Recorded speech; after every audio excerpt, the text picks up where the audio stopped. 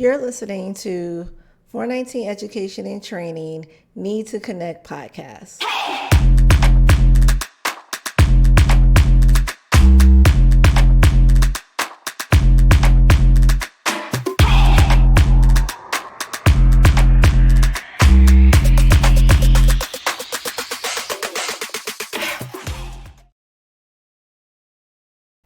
Hello, everyone, and welcome to another episode of Need to Connect. And I am Davonna Willis with 419 Education and Training and the Black Massage Therapist Conference. And today we have on the podcast Miss Danielle, and she is our sports massage guru. But before we get to her, a little bit of church announcements and conference announcements. So number one, we have grants, student grants and business grants. $1,000 business grant and student grants, so you could get into the conference with no charge. We're only paying for the conference. So please go on our website, www. Is that 3 W's? I hope so. blackmassagetherapist.com. So underneath registration is a drop down. So you'll see student grants. So if you know the student, please let them know. If you are a business owner, please take some time and fill that out. We have 2 grants. We were blessed by ABNP. They sponsored a grant, as well as your great investment with Austria. He's actually one of our speakers. He's also blessing you guys with a grant. So please take some time, fill that out. Also, remember to register for your hotel. Hotel registration closes in September, end of September. I believe it's September 20th. The other thing is we have t-shirts. I don't have it on today, but it says I am Black History on there. And then on the back, it says Black Massage Therapist. So you can go online and get that as well. And then I'll have some at the conference, but try to have it before you get to the conference so you can be rocking your t-shirt. So enough of that. Now we're going to get into conversation with Miss Danielle. Hi, Danielle. Hi, girl. How you doing? I'm good. So welcome to the podcast. So tell the people about you. Okay. Well, as Davonna said, my name is Danielle. I actually did a kinesiology degree from U of T first, and then went on to do 2 years and become a massage therapist. Where's U of T? I've actually been at University of Toronto. Okay. You got to tell them. Yes, I know. And now I'm going to age myself and let you know that I've been in RT for, this will be my 24th year. Nice. And in that time, for about 22 of them, I've built up and run a successful mobile business. So when I'm not on the road, I'm strictly mobile. And I've worked with athletes anywhere from the NBA, the NFL, MLB, and other professional organizations. This will be my 11th year. I've had the absolute privilege to be able to travel with Canada's track and field team. Nice. So Paris will actually be my 3rd Olympics. I've been to 7 world champs, Commonwealth Games, Pan Am Games, and probably over 60 or 70 other competitions and camps. So it's been a great journey. It's not over, and I'm so happy to be able to share the knowledge and hear from others at this Black Massage Therapy Conference. Yes, I'm so excited. So listen, track and field is everything. Let's put it that way. As an athletic trainer, right? So, I've been an athletic trainer for over 20 years, so I'm aging myself too. And so that was one of my favorite sports to be an AT for because, I just like their energy. I used to run track myself and the energy, but obviously the injuries that we see. So number one, hamstrings. Right? We got hamstrings and we see Achilles. Achilles, yeah. Achilles and hamstrings. For the throws, a lot of shoulder stuff.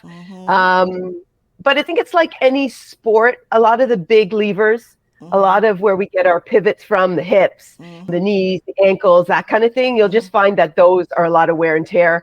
Interestingly enough, I found that if this athlete did a sport prior and was able to use their body in a different way, you see a lot of decrease of the repetitive strain and more of the blunt trauma, as opposed to they just have an overall better fitness and overall health. And I'll say, just talking about Black massage therapists, a lot of the track athletes, the sprinters, are Black Caribbean From the islands black. So it's really a place where we can shine because they can relate to us in other ways where they might not be able to from people from other demographics. Right. Exactly. So once you get in, it really is a place where, you meet others of the same kind of culture. They're of the same, they understand the nuances. So as a Black massage therapist, it really was an easy place to fit in, as well as, the MBA as well. So kind of interesting the way that. So let's talk about that. So two things. So one, you said, because my kinesiology mind, right? So being an AT, and we both teach sports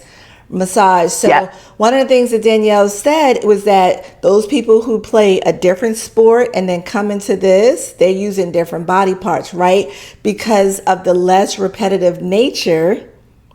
So they're switching. So if you as well as they've built up strength in other parts of the body. So instead of using the same patterns, they've got movement patterns from soccer where they've gone left to right and then go straight down a track. But they have that ability and the strength from the other postural and phasic muscles to be able to support that movement. So just overall, treatments tend to look a little different based on their history, which is something over the decades I have found to be interesting. Whereas basketball, they tend to, due to their height when they were young, always play basketball. So you see a lot of repetitive strain, and I can look at somebody based on what they're doing and tell you what I'm going to treat. It's really different than something like track, where nobody grows up going, I'm going to be a 100-meter sprinter. They were playing basketball, got plucked out. They were playing soccer, got plucked out based on their speed. So they come with a more diverse set of, to your point, different strengths within the body itself. And that's so funny you said that. So I have a son, and he's a football player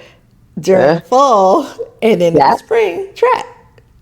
Which is perfect, right? It makes him all round and just more versatile. He'll be faster in football and be able to be more agile in whatever he does in track. So 100%. You took your schooling and got him on the right track, girl. Right? He just needs to listen to mama and start stretching more. One step at a time.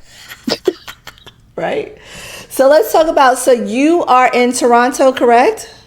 Yes, I'm based out of Toronto. Okay. And so you said that you also was down here with the MBA. How did that happen in the States?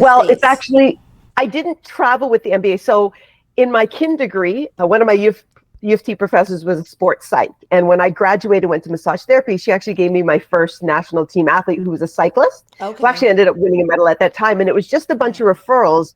So I ended up with an MBA athlete that I treated whenever he was in town. Got it. And then it was a referral to other athletes on the team. So I never actually worked for an MBA team. And funny enough, he said to me, Danielle, you're not going to want to work for a team. As a massage therapist at that time, you were last on the totem pole. And he's like, you don't like being told what to do for no reason. He's like, you're never going to be on a team. I can get you enough business for you to survive and then some. So I would travel with a group of 4 or 5 of them when they went to other parts. That's enough. And once he got traded. But when I started working with Team Canada after a season, he was like, what, you're still with them? They still have you? I said, listen, I know my place. I'm going to go do my thing. If they let me do my thing, I'm good. And it's 11 years later. And when we talk, he's like, you're still there? I'm like, yes. So kind of just evolved through word of mouth, which is how I got into track too. So, okay, because that's what I was going to ask. So how did you end up with Team Canada? Again, right place, the right time. And what I say to young therapists is don't ever say no. Try it. And if you don't like it, you can always backtrack and leave. Right. So I got a call from a massage therapist who I'd never met. But he called me and said, I'm working with a track club and they're looking for massage therapists. And he'd heard I'd worked with MBA athletes. So he said, do you want to come in? So he said, the coach will call you. And the coach called me. And ironically enough, I'd been self-employed for 13 years. So I said to the coach, just to give you a heads up, I don't even know what goes on a resume. So if you're going to need one, I'm going to need a week. Like I need to figure out what to put on it. He's like, just come in. It just so happened it was Canada's sprint coaches. Okay. So I went in, met them, and they said, this was November. And they said, what are you doing in December? We go away to training camp to St. Kitts. I was like, sure, 2 weeks in St. Kitts. But I realized that was the interview. It was Canada's top sprinters, 2 weeks in St. Kitts in the heat, working every day, late nights. And that was kind of like, can she hack it? And more importantly, do the athletes like her? Are her treatments effective? Do they like her personality? Do they want to be around her? Is she a good support system? And does she fit in with the other therapists? Right. So that was in December. And then in January, they called me and said, there's a pre-Olympic camp This was in 2014, 2 years before the Olympics, but they're just to show you they're already getting things set up. And so I went to that camp, met the rest of all of Team Canada, the coaches, the athletes, the staff. I guess it went well. And then I was named to the Commonwealth Games team that year, world champs the next. And then 16 was my first Olympics, and it's been every major game since then. So I played a great time. So just a little behind the scenes. So we've been having to collect, because in order to get this conference accredited, we have to be accredited through NCBTMB, and certain states like Florida, New York, Texas, Mississippi want their own. Basically, they want me to pay more money. That's what that is. Exactly. So anyway, and then Danielle's like, I don't know if I can get this all done because where were you at the time? I think I was in training camp because I did a video. I was in training camp in Baton Rouge, and then we went to World Relays in the Bahamas. Yes. And I'm like, girl, y'all states need to come together, because no one's got time to be filming out. I'm like, listen, I am sorry. This is not coming from us. If you were to see what we got to do in the background, you'd be like, oh, okay, I'm sorry. No. But you'll feel even worse for us. But I'm like, so I was like, just get it done. Just get it done. Have a document separate, upload stuff. Please, we need to get this stuff done. So so she's on the road. So she's not just locally on the road going from one little city to another little city. She's going international. We have an international massage therapist, people. Okay, girl. You make it sound very glamorous. You don't see that I just came back from our Olympic trials, and I had like 9 pieces of luggage on 2 little trolleys. It's glamorous to a certain extent, girl. There's always behind the scenes, like all the work you do. It's behind the scenes. We don't see. It's always behind the scenes. Let's talk about it. So you got 9 pieces of luggage. Why? Well, I came with the exercise physiologist. So we each had like literally a little, it was Olympic trials. We were there for maybe 5 or 6 days. So we had a little rinky dink thing for our clothes, but I had my massage table. As the medical staff, you're always helping out. So we had a Game Ready, Normatec, all the sleeves. He had a cooler with all the ice vests and all the inserts for the ice vest. And then he had all his equipment, his videotaping equipment, measure hydration testing, you name it, whatever these athletes could think they're going to need, we are going to have. So you're like the assistant to the athletic trainer. Yeah, so we don't have an athletic trainer. We have an exercise physiologist, we have a physio, a couple chiros, and a couple soft tissues. So we all kind of help out with the icing, the cooling, the Normatex. We'll have that set up. So we all have to have a little bit of knowledge on that. But the great thing is with the team that I work with collectively, we all come together with our knowledge, and we kind of go best case scenario. What do you think? We have meetings every day, go over every athlete, every injury. And like a soft tissue, I'd say, this is what I assessed. I told them to go see the chiro because I want them to get, more in-depth look at the talar joint, something that I am not proficient in. If I was in my own clinic, I might be able to figure something out, but why not when I have the best in the world? And just FYI, you guys, just when they say physio, our Canadian family members, I'm talking about physical therapists. So because we call it physical therapist. We call it physical therapist here. Yeah, we say physio. I'm not even sure why, but it's still physical. It's a tomato thing. I think I've learned that. I had worked with a male soccer team when I was at Columbia. And so you talking about diversity. We had I was just telling my husband this, we had not Canadians, but we had people from London. We had English. We had Jamaicans. We had people from Greek. We had Icelandic guys. So I was learning terminology from different parts of the world. So physio, which is pretty cool. I feel like we had Canadians. We had actually Canadians on the football team. So so I've heard that been thrown around for a while now. So I'm used to it when I hear it. I'm like, okay, I got you. I know what you're talking about. I get it. I get it.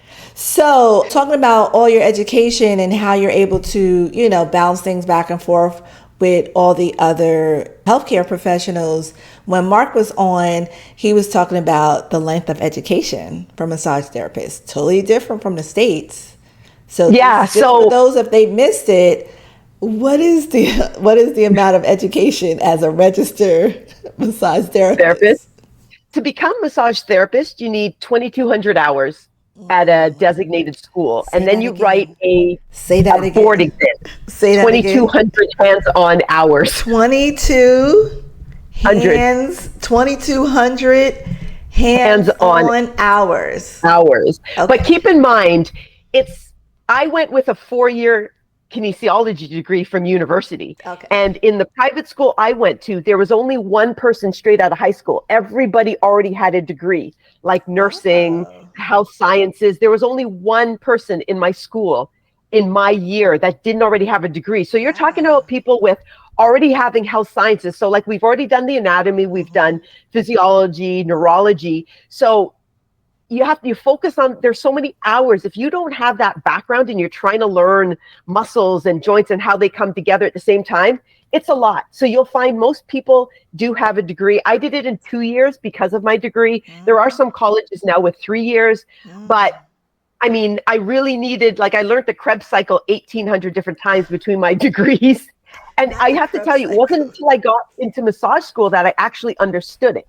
Because I'd done it in high school, but I just memorized. By the time the third time around, you're like, okay, I get it. I get it. Now I could actually explain it instead of memorizing it and drawing that stupid circle. So the education was a lot, but it really made it so that when I was ready to go out on my own, I felt confident in what I knew and what I didn't know. I think it's important that you're confident what you don't know so you can seek that out. I'm the first one to look at an athlete and say, based on my assessment skills, this is what I think it is, but let's bring in a physio or let's bring in the chiro and let's see what they say, right? It's not about ego. And a lot of people will say, well, what if the athlete doesn't come back? What I have found is they come back because of trust.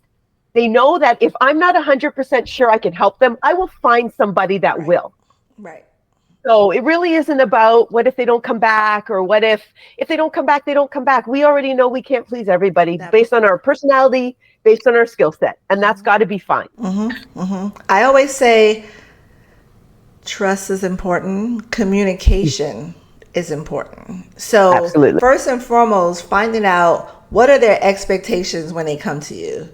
Is it a quick fix me and so I could be good, or do they understand it's going to take time to get to a certain place? And depending, and especially when we're dealing with athletes, like, so if they hate recovery, right? Because it's a mindset thing. That's why I went into athletic training and not into regular physical therapy. So I had a choice, right? So when I was in high school, I was the only one. I went to a fashion high school.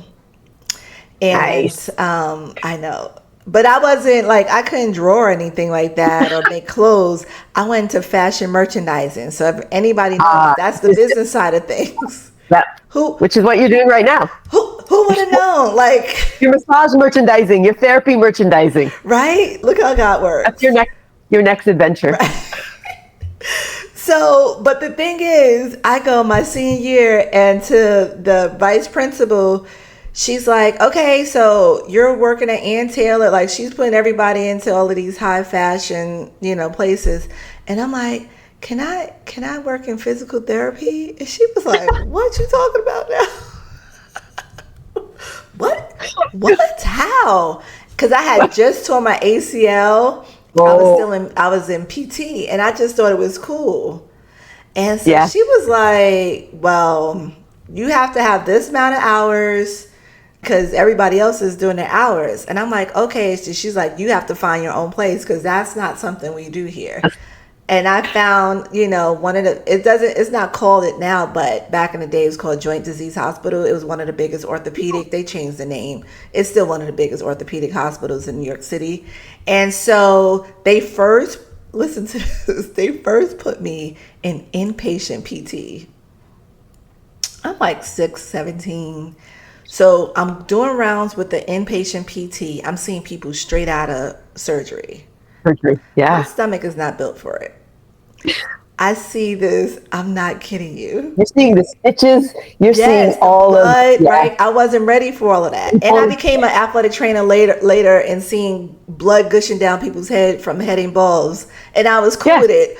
But at that time, I wasn't built for it. I'm like, I'm coming from a fashion high school. Like we have a fashion show at the end of the You see year. people at their best all made Right? up. You know This what I'm is like the saying? total Like opposite. dry blood, Yeah. old people, young people, big people, small people. And I was like, I don't know. And two things that turned me off from inpatient. There was Yeah. this really obese lady, and I wasn't ready for it, and she had a total knee. So if anybody ever seen a total knee replacement, they have staples. Yes.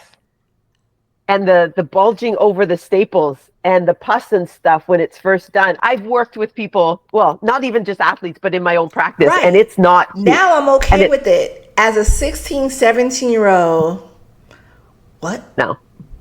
I'm like, give me a minute. Like, I don't want to do this. I literally, I was like, I don't want to do this. Is not what I was doing when I was going to PT. Where's the place I was going to where there was just people, regular people working out? And so he was like, that's outpatient. I went immediately down to the volunteer office, like, I need to be placed in outpatient. She's like, we don't really have any more. I need you to figure out how I could be placed. I'm not here every day. Just figure it out so I could be an outpatient. And that's what I had to go across the street and be an outpatient and see people once they're pretty much healed up from the post-operative. Yep. And now you're doing Now their actual rehab. I can assist with the actual rehab, the day to day. Yeah. So that was funny though. But yeah, so that's how I was introduced to it. Otherwise, that's why I was like, oh, I could do physical therapy. But then we had an athletic trainer come in, and guess what? She was a dancer from the American Ballet. And she brought all her ballet dancers with her. And I'm like, oh, who is that? And what is she doing?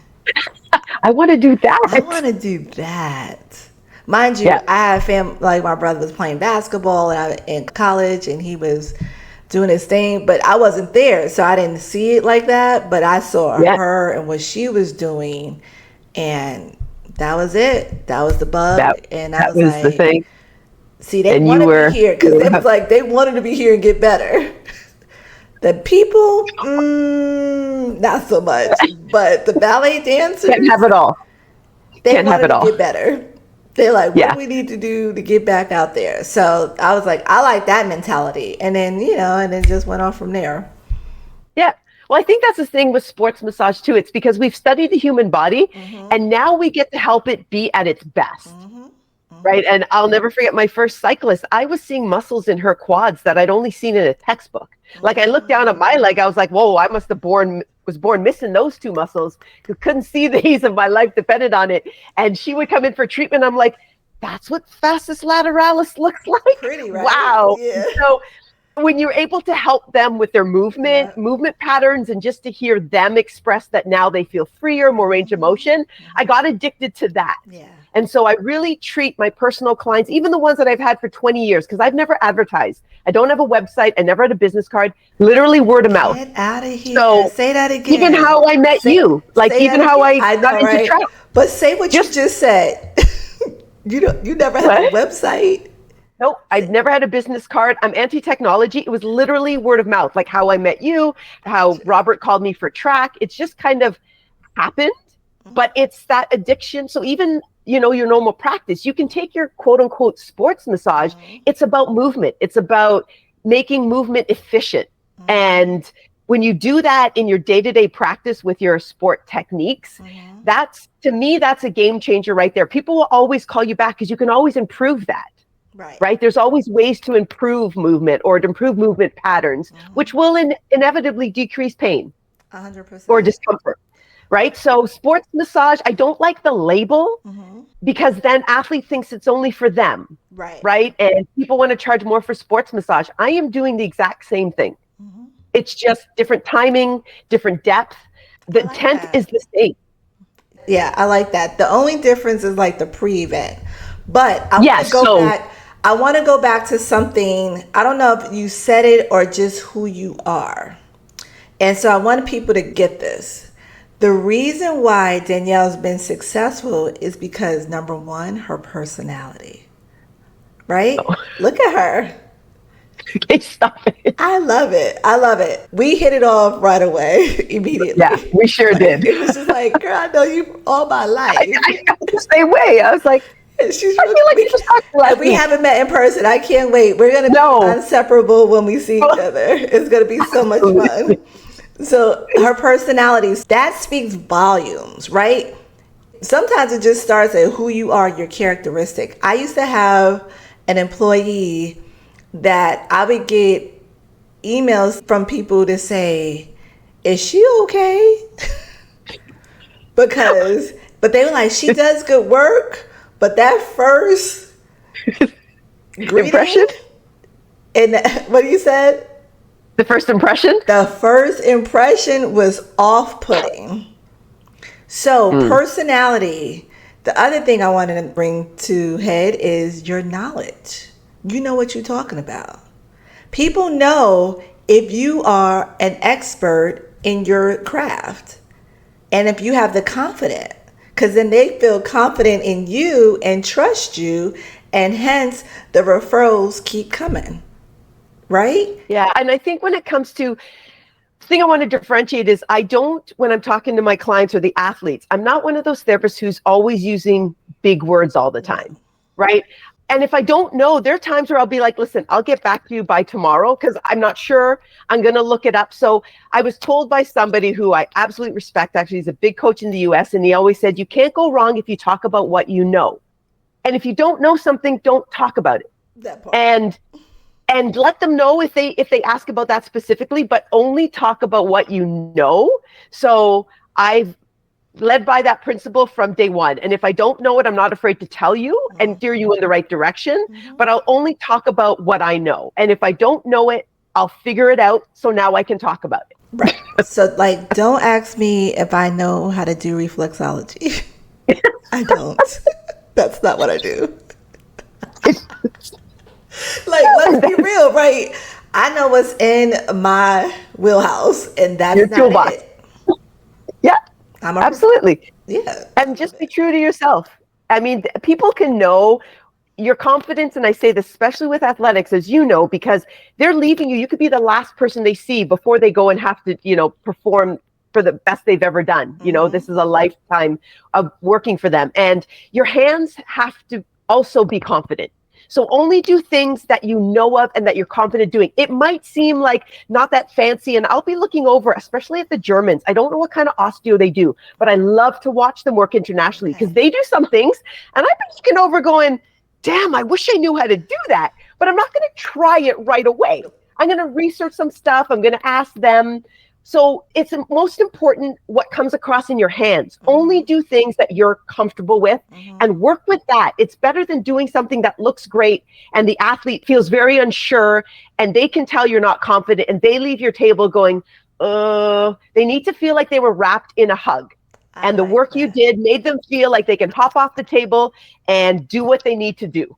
So that's my big thing with sport massage. Don't try. I see people looking over and trying stuff. You don't know how to do that. You don't even know why they're doing it yet.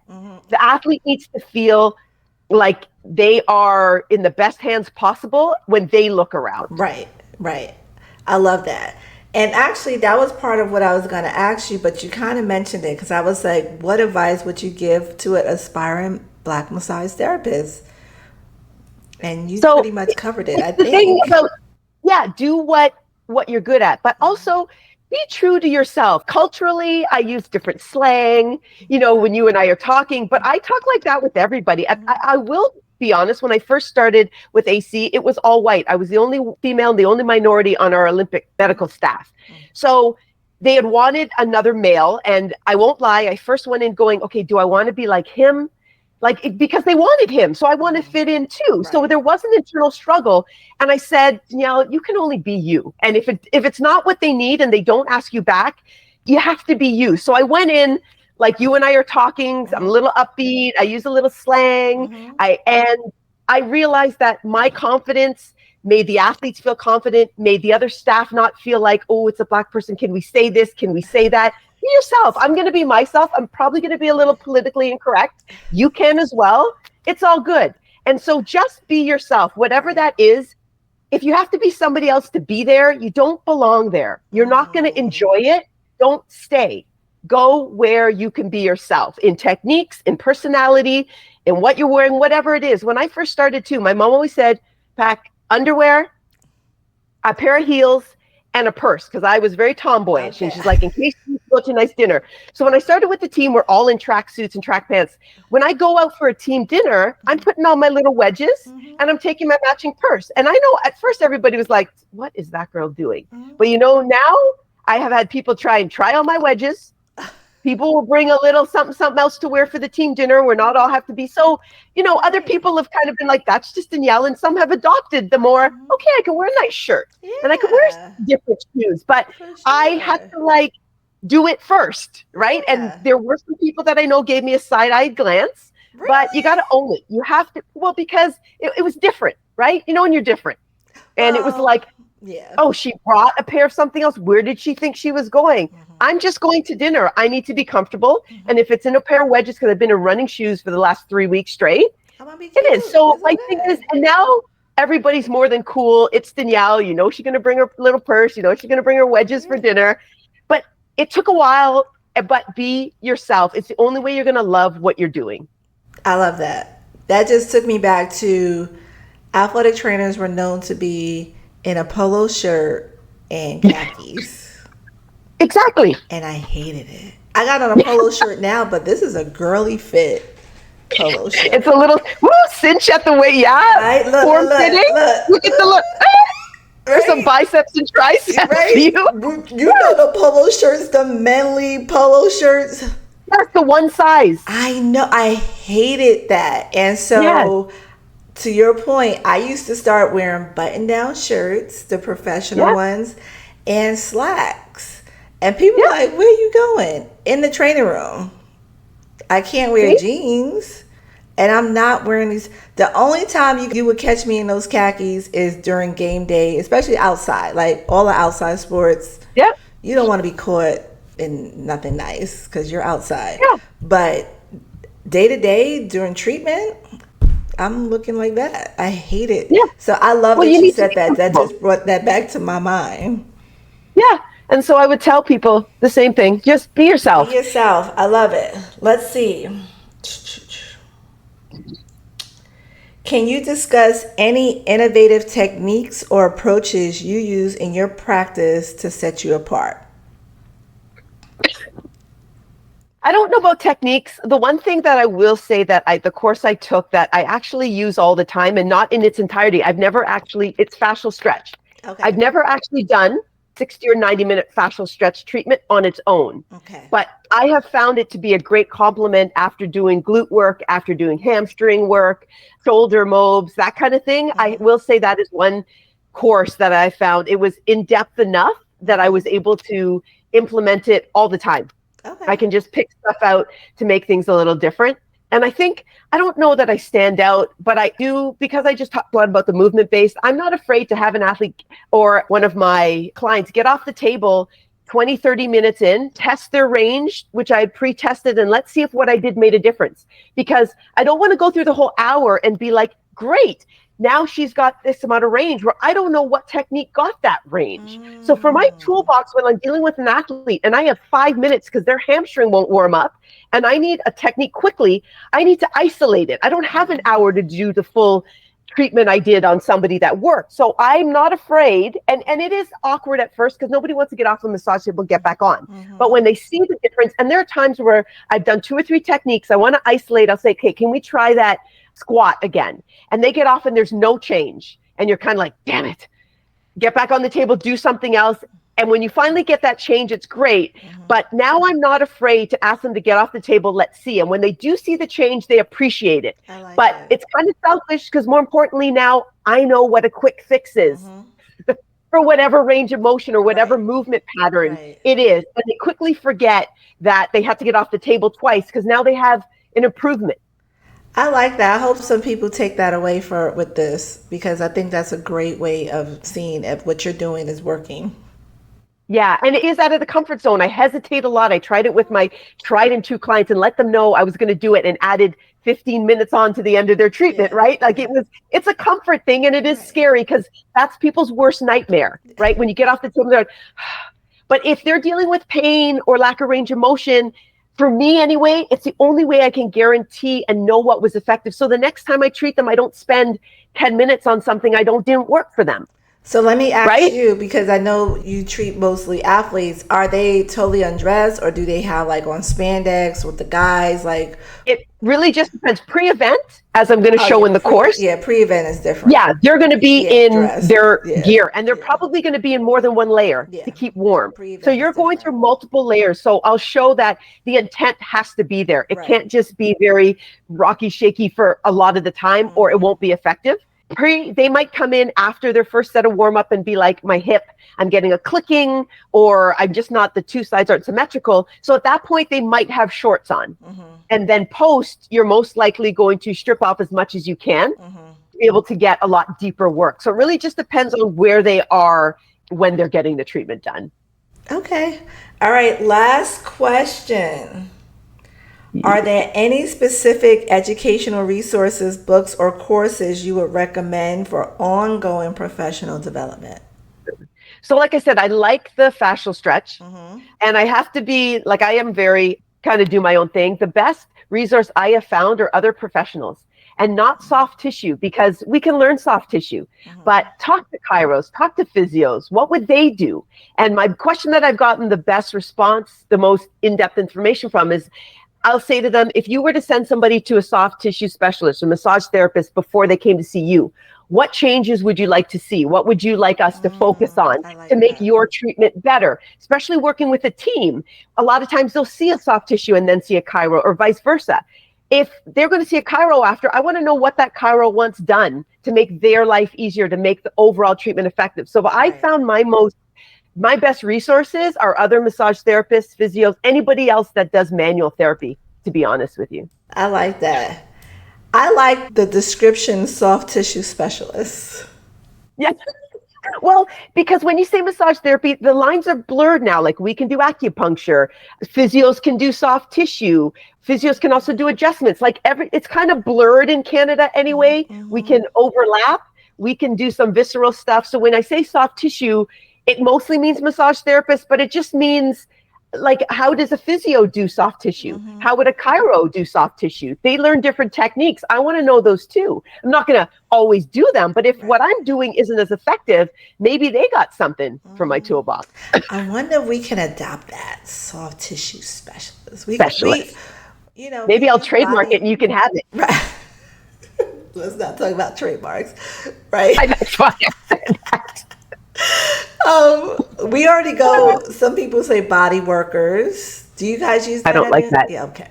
No, because that has a connotation over in Canada anyway for like sexual body work. Really? Yeah, because we decipher ourselves as dealing with soft tissue, dealing with Yeah, no, musculature. I get it. So Okay. we kind of say soft tissue specialists. Do you guys hear? I think I asked this to Mark, because since you said body workers go that way, for us as masseuse, right? That's used. We don't use that because we have these big board exams to get registered through the country. We like to keep our registered because it just sounds more official. Yeah, for sure. No, I don't. We like the correct word everybody. masseuse. If they say masseuse, I hate the it. first thing out of our mouth is no. Right. Then you've told the wrong person. Yeah, for sure. We got one more thing. Do you have a national exam after you finish the schooling, or is just? Yeah, so we have it's like, that's why we get registered with like doctors and nurses. There's one board exam that everybody has to pass. So when you come out, we're all at a certain level. Whereas when I first got out of school, I took La Stone Massage in New York, and there's people from all different states, as you alluded to, that some will have 50 hours, some will have 300 hours, some have 500 hours. And so there was such a discrepancy that I wondered how you would work like with a national team, right? Because if you have somebody from Florida or somebody from New York, they have different qualifications. Different hours. So yeah, The country. Well, the Board of Education is trying to regulate it to have a standard of 650 hours, but there are some schools bucking at that. Now, At that. New York, Well, remember, we kinda. have healthcare. So a lot of our insurances need you to be registered before they reimburse you for your massage. So that way, because we're all registered, they know there's a certain level, the 22 hours, there's a certain level of competency. So that's the only reason why insurances will cover it. Whereas if some of us were having 200 hours, some of us were having 2,200 hours, they wouldn't cover it. Nice. I know we're supposed to end, but I like this part really quick. Now, the insurance covering it, is it covering it at 100%? So if your massage is $100, are they going to cover the full 100? Well, there's different insurances. It depends. So I've had clients that, like big lawyers, that have unlimited, it doesn't matter how much. Or you'll have some that will cover $500 worth. So wherever your $500 ends. Some, like there's some teacher boards here that might cover only $20 of massage, but it's unlimited. Some might cover 80% of a massage. So if it's $100, they'll cover $80 of it, but only up to a total of $500. So it really just depends on the company you work for or what kind of coverage you buy into. There's also now they're doing this wellness pot where instead of $500 for massage, $500 for physio, $500 chiro, they might give you $1,500, but you can use it for anything. So some people will only do soft tissue with it. Some people were like, I don't do soft tissue, I only do chiro. So there's now this wellness that they're trying to, whatever works for you. Is it a card that they get, like a debit card, like a HSA card, or is it something that you have to we fill give them, out? the great thing is I don't do direct billing. So I could directly bill the insurance company and they will reimburse me. I give my clients a receipt, an RMT receipt. They pay me the full amount and then they go and get it back. It's all online now though. So they can have the money back within 48 hours, but I get paid immediately. Okay. All right. I love this. All right. Yeah, because that's the conversation that needs to be had, because definitely healthcare is different down here. Yes. Huge. Yeah. All right. And so for us to get the 2,200 hours, we don't mind it because we know in the end, it just helps us bring in more money. That part. All right. So okay, girl, can't wait to see you. Thank you so much, Danielle, for being welcome. on the call. We had a great conversation on this podcast. I hope you guys learned a lot from this podcast and just build those relationships. That's why our conference, our theme is building relationships this year. And thank you again. And I can't wait to see you in person. So look out for the next episode and I'll see you guys soon. Bye. See you guys there. Bye.